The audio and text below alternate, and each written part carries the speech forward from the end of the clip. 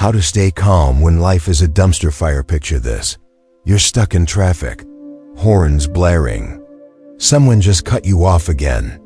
You're late, you're sweating, and your coffee is now half your shirt. Sound familiar? Now imagine you don't care. Not in a numb, dead inside kind of way, but in a peaceful Zen master, I got this kind of way. You're calm, collected, unbothered. That's not a fantasy. That's Stoicism. Stoicism isn't some outdated, dusty philosophy buried in a scroll. It's a mental operating system designed to help you navigate chaos, disappointment, and straight-up nonsense with grace and grit. It's what Roman emperors, battle-tested generals, and enslaved philosophers used to survive their version of modern stress, which, to be fair, included plagues and war, not just awkward Zoom calls. And today, it's more relevant than ever, because let's be real, life isn't slowing down. People aren't getting more rational. The economy isn't sending you love notes, but Stoicism? It gives you a tool set to thrive in all of it. This video breaks down 7 of the most powerful Stoic lessons, not the fluff, not the theory, but the mindset shifts that can actually change the way you move through life. Let's start with the one that sits at the heart of it all. Lesson 1. Embrace what you can control. If Stoicism had a slogan, it wouldn't be some mystical quote or Latin phrase. It would be this: control what you can, ignore what you can't, sleep better. The first and most foundational Stoic idea comes from Epictetus, a man who was born a slave, endured abuse, and still became one of the wisest teachers in history. He said, "Some things are up to us, and some things are not." That sounds simple, but it's life-changing once you let it really sink in. The dichotomy of control. Imagine your life is split into 2 buckets. Bucket A, things you can control. Bucket B, things you absolutely, no matter how hard you try, cannot control. Bucket A is surprisingly small. It includes your thoughts, your actions, your values, your attitude, your response. Bucket B? Oh, it's everything else. Other people's opinions, the weather, your past, the economy, that passive-aggressive email your boss sent at 10:47 p.m. Stoicism says, pour your energy into Bucket A, everything in Bucket B. Observe it, accept it, and let it go. But what about results? Here's where people get stuck. Wait, so I shouldn't care about results? About goals? About outcomes? No, you should care, but only about doing your part. Stoics use the metaphor of an archer. You aim. You steady your breath. You release. But once the arrow leaves your fingers, wind, targets moving, birds, who knows what might happen. That's out of your control. All you can do is shoot your best shot. Epictetus said the goal of life isn't to win or succeed, it's to play your role well, to act with integrity, to think with clarity, and to respond with wisdom, regardless of the outcome. How this changes everything. This tiny shift, choosing where to focus, can save you hours of stress, arguments, and late night overthinking. Think about it. Someone insults you? You can't control their words. You can control your reaction. The stock market crashes. You can't control the economy. You can control your spending. A friend ghosts you? You can't control their behavior. You can control your boundaries. That's not weakness. That's power. Because the moment you stop trying to control the uncontrollable, you reclaim your energy, your time, your sanity. Try this in real life. Next time you feel yourself spiraling, do a quick Stoic audit. Ask, is this in my control? Am I reacting to a result or acting from my values? What's the next right thing I can do no matter what happens? You'll be surprised how often the answer is simple. Breathe. Step back. Choose your response. This is what makes Stoicism feel like a superpower.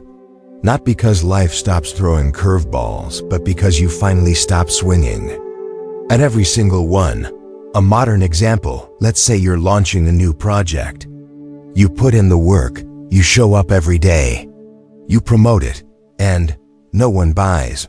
Old you? Devastated, spiraling, doubting your worth. Stoic you? Still disappointed, but grounded. Because you know you gave your best effort. You controlled what you could. You can reflect, adjust, improve, but your peace? Still intact, because your sense of self wasn't tied to the outcome. It was rooted in your actions, not in other people's reactions. The freedom you've been looking for when you embrace the dichotomy of control. You stop chasing impossible control over the world and start cultivating real control over yourself. That's freedom. That's strength. That's stoicism. And it's just the beginning. Because once you learn to stop fighting what you can't change, the next step is learning how to flow with it. Which brings us to Lesson 2. The power of acceptance. You have power over your mind, not outside events. Realize this, and you will find strength. Marcus Aurelius. Let's get real for a second. Most of us don't get stressed because life is hard. We get stressed because life isn't how we think it should be. Someone says something we didn't expect. Plans fall apart. Reality doesn't match the Pinterest board in our heads. And our brains short-circuit trying to force the world to cooperate. The Stoics had a solution to this emotional trap. It's not about controlling more, it's about accepting better. And no one taught this more poetically than the Roman emperor. Marcus Aurelius. Life doesn't owe you predictability here. That's the thing about Marcus. He wasn't some monk living in a mountain hut. He ran an empire. He faced war, plagues, betrayal, even the death of children. And yet he wrote one of the most chill, introspective journals in history, Meditations. Inside it, you'll find this recurring theme. The universe is change. Our life is what our thoughts make it. He didn't just mean, hey, be positive. He meant life is motion, constant, unpredictable, uncontrollable. And our suffering comes from expecting otherwise. Resistance creates suffering, let's say. It rains on your wedding day. You can do two things: scream at the sky, blame the weather app, and let your whole day be ruined. Accept that rain happens, dance in it, kiss under it, laugh anyway. Both scenarios involve the same external event, but only one of them leads to inner peace. The Stoics taught that it's not pain or chaos itself that hurts us, it's our resistance to it. It shouldn't be this way. I didn't plan for this. Why is this happening to me? That mental pushback? That's the root of the spiral. Acceptance isn't giving up now. Some people hear acceptance and assume it means rolling over. Nope, that acceptance doesn't mean you stop caring. It means you stop fighting battles that can't be won, like trying to make the past unhappen or demanding that people be someone they're not. Think of it like this. If the wind is blowing, yelling at it won't help. But adjusting your sail, that's wisdom. Acceptance is emotional judo. You use life's momentum, not brute force, to navigate it. Let the river flow. Here's a Stoic metaphor that helps. Imagine life as a river. It moves constantly, sometimes calm, sometimes wild. You can't stop the current. You can't predict what's around the bend, but you can decide how you move with it. You can fight the current, tire yourself out, and eventually drown in your own frustration. Or float, paddle when needed. Adjust course with awareness. Flow with the river. The Stoics were basically the original surfers. Not because they loved waves, but because they knew the sea doesn't care about your plans. Real-world application. The unexpected email. Let's get practical. You're having a decent day. Coffee, hot, inbox, manageable. You're in the zone. Then, ding dash, an email shows up. It's long, passive-aggressive, and full of unexpected problems. Your body tenses. Your brain spirals. Old you. Why is this happening? I don't have time for this. This isn't fair. Stoic you. Pause. Breathe. Okay, this is happening. What's the next right thing I can do? See the shift? The problem didn't disappear, but your resistance did. And that changes everything. Now, you're not reacting, you're responding. And you've already won. Acceptance builds emotional muscle. This isn't just a fluffy concept. Acceptance is a daily practice that builds serious mental strength. Each time you let go of an outcome you can't control, release anger towards someone who's not going to change, accept discomfort instead of resisting it, you're reinforcing a powerful habit, staying calm when life isn't. And let's be honest, when is life ever totally in your control? It's not what happens, it's how you handle it. Marcus Aurelius once wrote, "If you are distressed by anything external, the pain is not due to the thing itself, but to your estimate of it. And this you have the power to revoke at any moment." Translation? You can rewrite your mental commentary. You don't have to label every inconvenience as a disaster. You don't have to argue with reality. You can choose to say, "Okay, this sucks, but it's part of the story. I didn't want this, but I can still handle it. This is not the end of the world, just a plot twist." That mindset is like emotional armor, not heavy, not rigid, but resilient, flexible, and realistic. Your life is a symphony of change. We all want life to be neat, predictable, tidy, wrapped up like a good Netflix script. But Stoicism reminds us, life is a symphony. And every symphony has dissonance. There are sharp notes, unexpected pauses, tempo changes. You don't stop the music, you learn to appreciate it. That's acceptance. Not passive, not weak. Just wise. Because once you stop needing life to be perfect, you're free to experience it fully, mess and all. Lesson 3. Practice mindfulness. True happiness is to enjoy the present without anxious dependence upon the future. Seneca. Okay, real talk. How many hours have you spent today replaying something embarrassing you said last week, ... or worrying about something that might happen next Thursday? Exactly. Our brains are basically professional time travelers with one tragic flaw. They almost never hang out in the present. And that's where Stoic mindfulness comes in. Now, before you imagine Marcus Aurelius sitting cross-legged on a yoga mat burning sandalwood incense, hold up. This isn't about chanting Om or clearing your mind of thoughts. Stoic mindfulness is about clarity, presence, and deliberate focus. It's the art of showing up for your own life, not just rushing through it on autopilot. Mindfulness. The Stoic way. Seneca, one of the sharpest Stoic thinkers, didn't talk about mindfulness in the modern sense. But what he did preach was this: we suffer more often in imagination than in reality. Translation: your mind creates 90% of your pain, and most of it lives in the past or the future. The solution? Anchor yourself in now, not because living in the moment is trendy, but because it's the only place where life is actually happening. Why? The present is all you actually have. Let's break it down. The past? Gone. You can't edit it. Rewriting that awkward conversation in your head for the 45th time isn't changing it. The future? Imaginary. You can't pre-stress your way into a better outcome. But the present, what you're doing right now, that's real. That's where choices are made. That's where peace lives. Seneca put it like this: the whole future lies in uncertainty. Live immediately. In other words, don't waste your life waiting for the perfect moment. This moment is the only one guaranteed.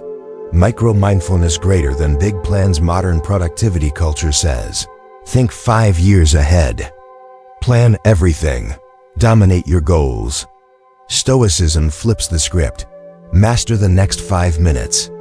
Why? Because your life is made of tiny moments, stacked on top of each other.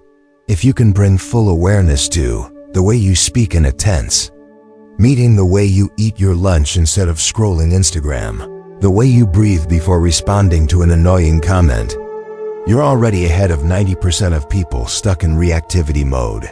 That's Stoic mindfulness, paying attention, on purpose, without judgment. The mental detox you didn't know you needed here. The dirty secret about living in your head. It feels productive, But it's draining. Ruminating on regrets, imagining worst-case scenarios, that's mental static. And Stoicism gives you the volume knob. When you practice being present, you gain mental clarity, you make better decisions, you feel less like a victim of your thoughts. It's like putting on noise-canceling headphones in a chaotic airport suddenly. You choose what to listen to. A mindfulness moment in real life. Imagine this. You're doing the dishes. Normally, you're halfway listening to a podcast, texting someone, and stressing about tomorrow's deadline. But today, you pause, you feel the warm water. You notice the rhythm of the sponge against the plate. You let your breath deepen. You're weirdly peaceful. That's Stoic mindfulness in action. No incense, no retreat. Just being here. Seneca would be proud. Mindfulness doesn't mean you don't care. Let's be clear. Stoics weren't indifferent robots. They felt things. They loved, lost, grieved, celebrated. But they worked hard not to let emotions run the show. Mindfulness gave them a pause button. It's the difference between instantly snapping back at someone who criticizes you, or taking a breath, assessing whether it's worth your energy, and responding with grace. One creates drama. The other creates freedom. Mindfulness is training for chaos. Think of mindfulness like lifting mental weights. You're not doing it because folding laundry is a spiritual quest. You're doing it so that when life actually does throw a crisis at you, your mind doesn't collapse under the weight. Daily presence builds mental resilience. And over time, you stop being yanked around by every emotion, thought, and distraction. You start living with intention. You become the kind of person who walks through storms with their head high, not because life is easy, but because you're steady. A Stoic practice to try. Want to try this right now? The pause and presence drill. Whatever you're doing, stop for just 20 seconds. Take one deep breath. Feel your body, your feet, your face. Ask, where am I? What am I feeling right now? That's it. Do that once an hour for a day. And you'll realize you've been missing most of your own life because you weren't actually in it, living the moment. Stoic-style mindfulness isn't about escaping your problems. It's about returning to the only place where you can face them right here, right now. Seneca didn't want you to meditate in a cave. He wanted you to notice your life, to be present in the mundane, to stop outsourcing your peace to a future that never arrives. Because if you can master your awareness, you can master your reactions. And once you master your reactions, you're no longer a passenger in life. You're the one holding the wheel. Lesson 4. Cultivate resilience. Difficulties strengthen the mind as labor does the body. Seneca. Okay, time for a gut check. Life's going to punch you in the face sometimes. People will disappoint you. Projects will fall apart. Your plans? They'll get derailed, sometimes spectacularly. And the Stoics would tell you, good, let it come. That's how you get stronger. Because Stoicism doesn't promise a storm-free life. It promises you can become the kind of person who knows how to sail through it. Adversity isn't an enemy, it's your coach. Let's be honest. Nobody wants hardship. We want comfort, stability, easy wins, but the Stoics flipped that logic on its head. To them, adversity was the weight room of life. A necessary resistance. Epictetus, once a slave, later a great Stoic teacher, put it bluntly, it is difficulties that show what men are. In other words, you don't grow in the calm. You grow in the chaos. When life gets hard, you don't collapse, you train. The obstacle is the way. Ever heard that phrase? It comes straight out of Stoic thinking. Marcus Aurelius, dealing with everything from wars to betrayals to plagues, wrote this gem. The impediment to action advances action. What stands in the way becomes the way. Translation? That problem in your path, that failure, that breakup, it's not blocking you. It is the path, not a detour. A transformation. That's how resilience works. It's not what happens. It's what you do with it. Here's the Stoic difference. Other people focus on avoiding pain. Stoics focus on responding to it well, because they understood this ancient truth. You don't control what happens. You control how you meet it. You can't stop the storm, but you can build a boat. And you can decide not to sink. Every hard moment becomes a choice. Will I panic or pause? Will I give up or grow up? Will I let this break me or build me? A real-world example, losing the job. Let's say you get fired. Out of the blue. Old you. This is unfair. I'm screwed. My life is over. Stoic you after a brief, honest freakout. Okay, this is hard, but it's not the end. I can learn from this. I can rebuild. I'll come out stronger. See the shift. Resilience isn't fake positivity. It's a mental muscle built on reframing. You don't deny pain. You repurpose it. Resilience equals emotional calluses. Think about what calluses are. They're hardened skin from repeated friction. They protect you. Resilience is emotional callousing, not numbness, not indifference. It's the ability to say, yes, this hurt me. Yes, it caught me off guard. But no, it doesn't get to define me. Every challenge you face becomes an invitation. Step up, level up, toughen up in the best way. And the Stoics knew that facing adversity wasn't about becoming cold. It was about becoming capable. The Stoic fire test. Here's a cool metaphor from Epictetus. Imagine a fire. Throw twigs at it. It grows. Throw logs at it. It roars. Try to smother it. And if the fire's hot enough, it consumes everything. That's resilience. You don't shrink when life adds pressure. You burn brighter. You turn obstacles into fuel. And over time, you stop fearing adversity because you've become the kind of person who knows how to handle it. You already have proof. Think about it. You've already survived your worst days. The heartbreaks, the failures, the moments you thought would break you. You're still here. That's not weakness. That's evidence of strength. Stoicism just invites you to stop surviving by accident and start growing on purpose. How to build resilience. The Stoic blueprint. It's not just a mindset. It's a practice. 1. Embrace challenges as training. Don't resent the tough days. Use them. Ask, what is this teaching me? 2. Practice premeditatio malorum. This fancy Latin phrase means practice imagining things going wrong. It's not pessimism, it's mental preparation. The Stoics would visualize setbacks in advance so that if, when they came, they weren't shocked. 3. Reflect daily. Ask, how did I respond to stress today? Did I complain or did I grow? Self-awareness builds strength. 4. Don't wait for life to be easy. Build strength now so when things get hard, you're ready.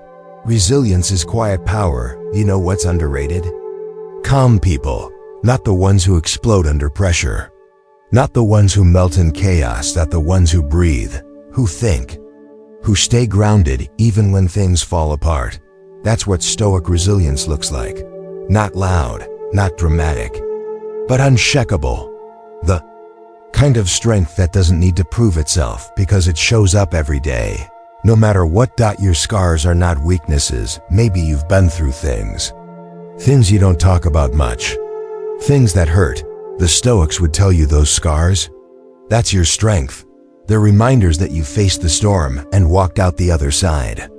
That you were shaped by adversity, not destroyed by it. And that's real power. Lesson 5. Choose your response. It's not what happens to you, but how you react to it that matters. Epictetus. Let's set the scene. You're stuck in traffic. Someone cuts you off, and now you're gripping the steering wheel like it personally insulted your family. You're at work, and your coworker makes a passive-aggressive comment in front of everyone, and you're ready to fire back like a verbal ninja. Or maybe life throws you something bigger. A betrayal, a rejection, a crisis. Here's the deal. You might not get to choose what just happened. But Stoicism says you always get to choose what happens next inside you. the only real freedom. You have Epictetus, who went from being enslaved to becoming a revered Stoic teacher, believed in one supreme power that every human holds: the power to choose your response. According to him, everything else, your body, your property, your reputation, even your relationships, is ultimately out of your control. But your judgment, your interpretation, your reaction, that's 100% yours. And once you understand that, you stop living like a puppet yanked around by emotions and start showing up like someone in charge of their life. React or respond. The million-dollar difference: reactions are automatic, knee-jerk. Emotional responses are deliberate, conscious, rooted in clarity. Stoicism teaches you to build a gap, a little sacred space between stimulus and response. Someone insults you. You pause, take a breath, and decide, is this worth my energy? Or can I meet it with silence, humor, or calm confidence? Life throws a crisis your way. You don't spiral. You zoom out, assess the facts, and choose your next step with dignity. In that pause lies your power. Your emotions are messengers, not masters. Let's be real. Stoicism is not about becoming a robot. It's not about suppressing every feeling until you explode into an emotionless husk. It's about recognizing that your emotions are information, not commands. Anger tells you something feels unfair. Fear tells you there's risk. Sadness tells you something mattered to you. Cool. Acknowledge it. Listen to it. But don't obey it blindly. You are not your emotions. You're the observer behind them, the one who gets to choose what to do next. Take the reins or get dragged. Imagine your mind is a wild horse. You can try to ignore it and hope it doesn't bolt. Spoiler, it will. Fight it every time it pulls left, exhausting. Or you can learn to ride, train it, understand it, guide it. That's what choosing your response is about. The more you practice, the more self-control becomes your default setting. Not just something you access once you've already yelled at your cousin at Thanksgiving. A modern example: social media rage. Let's say someone comments, "This is the dumbest thing I've ever seen." Old you types an essay in all caps, rage posts, deletes it. Feels worse. Stoic you smile, maybe reply kindly, or don't reply at all. Why? Because someone else's emotional mess is not your responsibility. You choose your tone, your energy, your rules. That's composure. That's freedom. Every response builds a habit. Think of every choice like a vote. Each time you choose patience over rage, that's one vote for being calm. Each time you choose grace over defensiveness, that's one vote for being grounded. Each time you choose not to act like a gremlin when you're hangry, you win. Stoicism says, over time, your responses shape your identity, and your identity shapes your destiny. The Stoic pause. A simple practice. Try this. The next time something triggers you, don't speak, don't type, don't move, just do this. Take one deep breath. Ask, what story am I telling myself about this? Ask again, is that story true? Or just my ego freaking out? Then, respond on purpose. It takes 10 seconds. And it changes lives. Even your worst day can't steal this power. The Stoics lived in times of war, exile, slavery, and plague. They didn't use, but this is different, as an excuse. Epictetus literally walked through life with a crippled leg. Marcus Aurelius lost children, fought wars, and battled illness while running an empire. And yet, they reminded themselves daily, you have power over your mind, not outside events. Realize this, and you will find strength. So whatever you're going through right now, you can still choose how to meet it with grace, with dignity, and without letting it wreck your inner world. When you choose, you win. This lesson is powerful because it sneaks up on you. At first, you think, wait, you're telling me I can't blame anyone for how I act? And then you realize, wait, that means nobody gets to control me unless I let them. That's not pressure. That's liberation. You start showing up with intention, not impulse. You respond to life like a calm lighthouse in a hurricane, anchored, unmoved, and still shining. Lesson 6. Limit excessive desires. If you don't regard what you have as enough, you'll never be happy, even if you rule the world. Seneca, let's be brutally honest. Most of the time, we're not stressed out because we have too little. We're stressed because we want too much. We want more money, a better car, the body of a Greek statue, a soulmate who texts back instantly and gives us space. We want everything to be perfect all the time, or we panic. Enter the Stoics, politely tapping us on the shoulder and saying, yeah, that's not how peace works. Desire isn't the enemy. Excess is. Let's be clear, Stoicism isn't about giving up pleasure or success. It's not about becoming a monk and living in a cave, unless that's your thing. It's about recognizing the difference between needs and noise. Seneca, wealthy Roman who could have had every luxury, warned people not about poverty, but about greed. It is not the man who has too little, but the man who craves more, that is poor.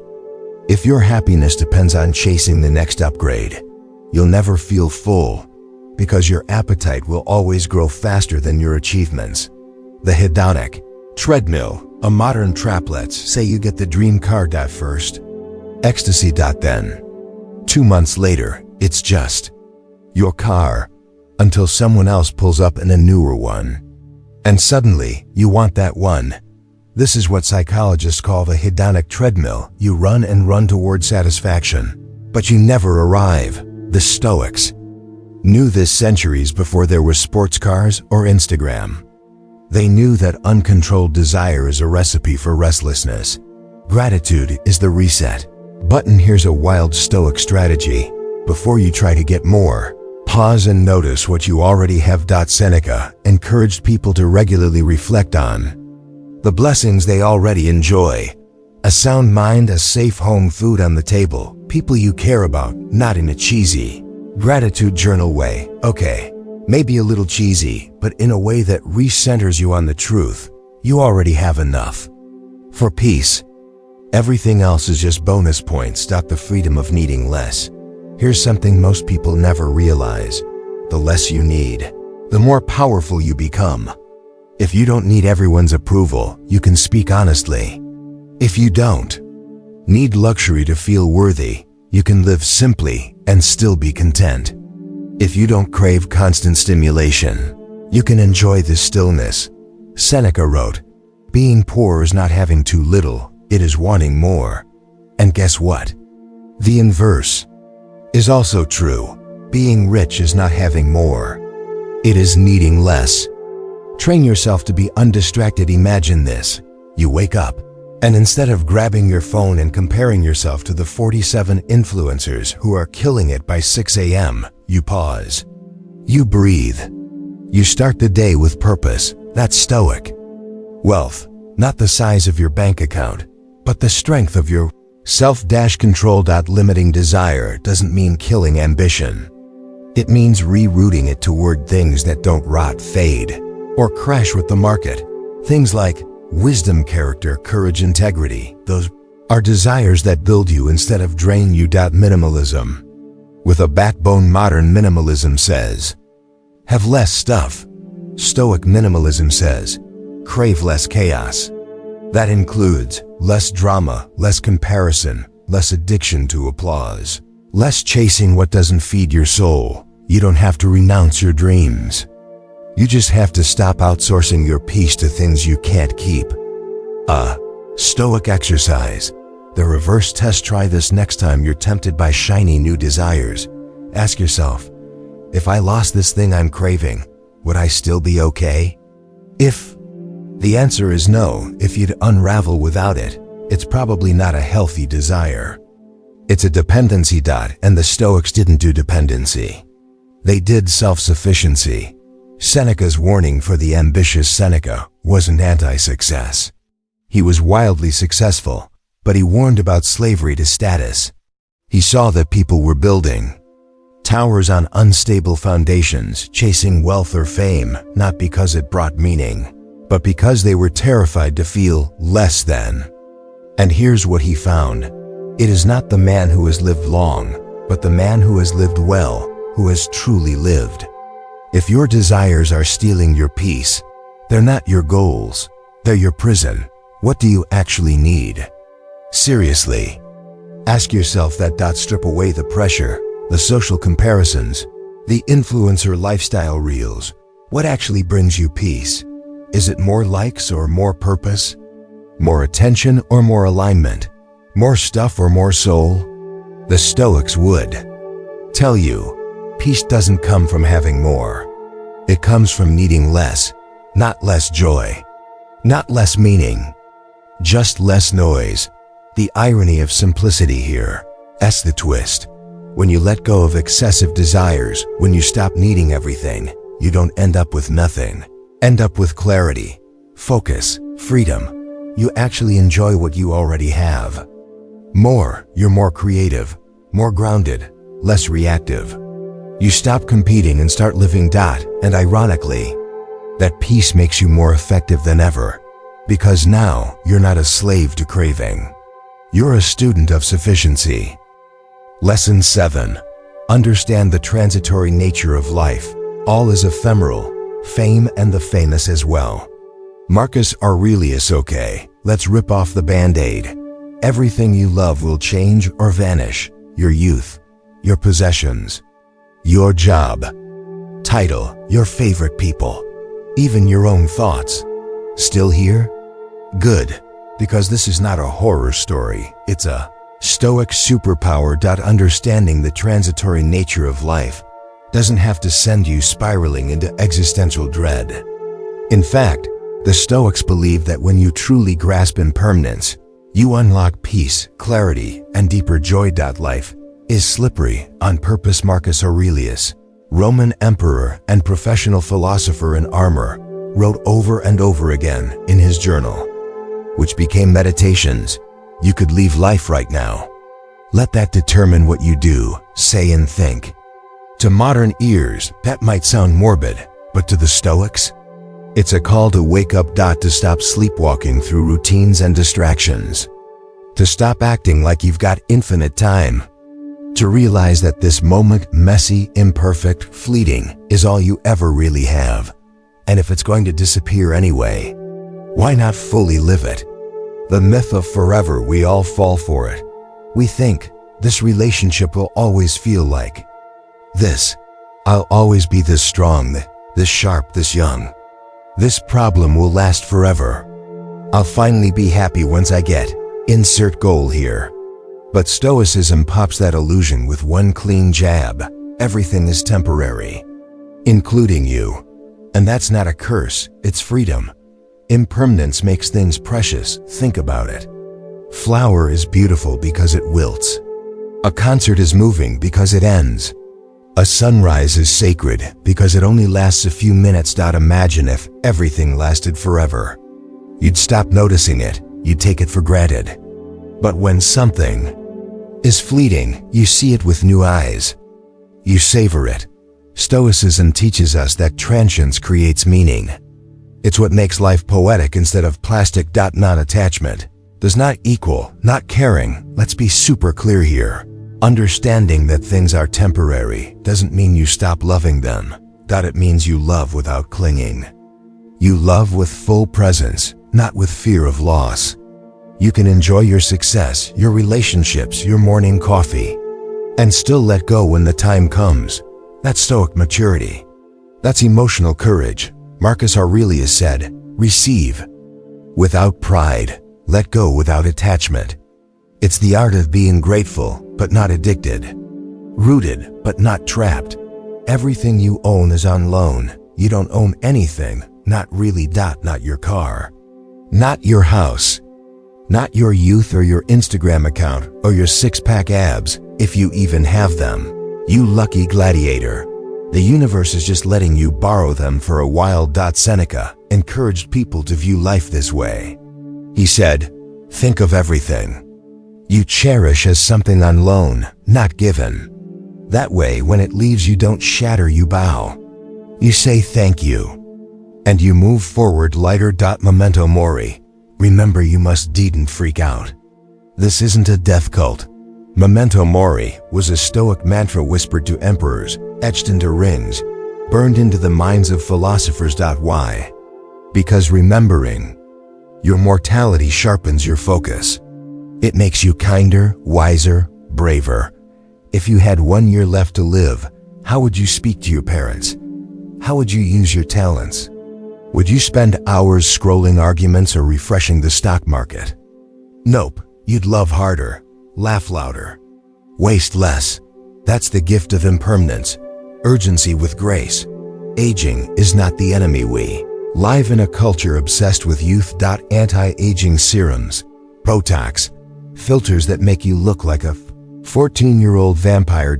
But Stoicism says, aging isn't a curse. It's a privilege. Every wrinkle, proof you've lived. Every gray hair, a badge of survival. Every year, another lap around the sun that some people never got. Instead of fearing time, the Stoics taught us to befriend it. Marcus Aurelius literally wrote, "Don't be ashamed of being helped." Your time is short, spend it wisely. So rather than fighting impermanence, we accept it and make peace with it. Nothing is ours forever, and that's okay. When you accept that nothing lasts, you stop gripping so tightly, you stop obsessing over control. You stop trying to force people to stay or outcomes to unfold your way. You start to trust the rhythm of change. Yes, this season will pass. Yes, this person may grow distant. Yes, this version of yourself may fade, but something new will take its place. Always. An exercise, the last time technique. Is a Stoic practice to bring this home. Imagine that today is the last time you'll eat dinner with your family, hug your friend, hear your favorite song, see your face in the mirror. How would you show up? Would you be more present, more grateful, more awake? Of course you would. And here's the Stoic truth. One day, it will be the last time. You just don't know when. So live like it matters now. The paradox of letting go. Here's the twist no one expects. When you stop trying to hold on to everything, you actually enjoy it more. Because now you're not afraid of it ending. You're fully alive while it lasts.